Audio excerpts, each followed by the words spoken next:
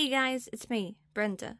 Today, we're going to continue with the story of Gideon, the fifth judge of Israel.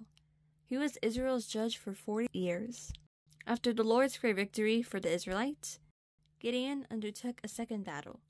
We can find this story in the Bible, in Judges, chapter 8, verse 1 through 35. Let's hear the story. When the Midianites fled for their lives, Gideon and his 300 men gave chase.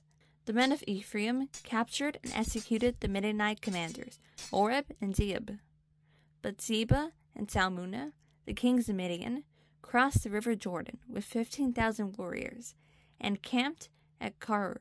By the time Gideon reached Succoth, his men were hungry and exhausted. Gideon begged the town leaders, "Please, give my warriors food. I am chasing Zeba and Salmunna, the kings of Midian."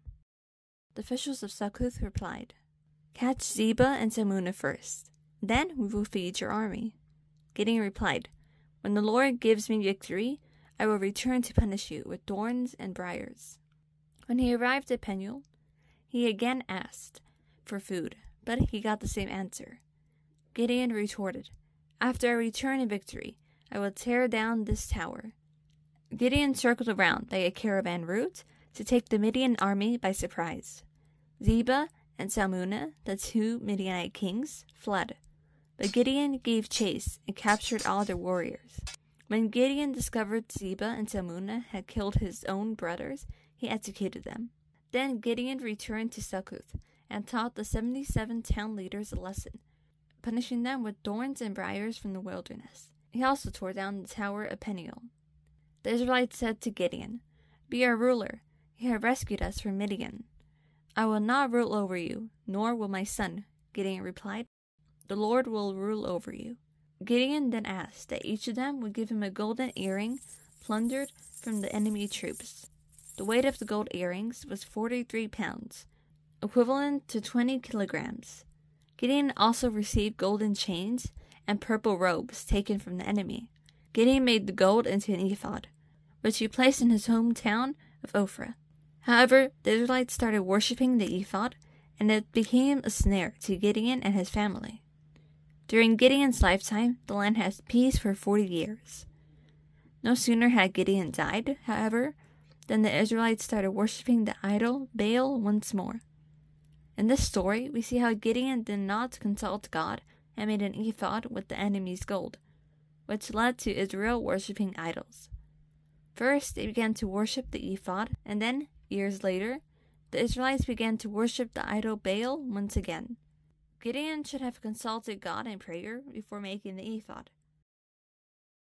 In the same way, we must ask God in prayer to guide us in everything we are going to do. He guides us in every decision we are going to make. We can also pray for wisdom, and we must always walk under the will and plans of God. He is the one who knows what is best for us, and He always has good plans for us. This Bible story reminds me of a time I made a decision without consulting God. There was a main part in the play at school that everybody wanted. It was the leading role. I showed up to the audition without thinking about it. I did not ask God in prayer if it was good for me to participate in that play. They gave me the main role, and I accepted without asking God. I was very excited. However, I had to rehearse many hours a day, and I did not have enough time to rehearse the violin recital that I also had to play at church. When the day of the recital arrived, I couldn't do it as well as I expected. I felt so nervous. The notes didn't come out as melodious as I expected.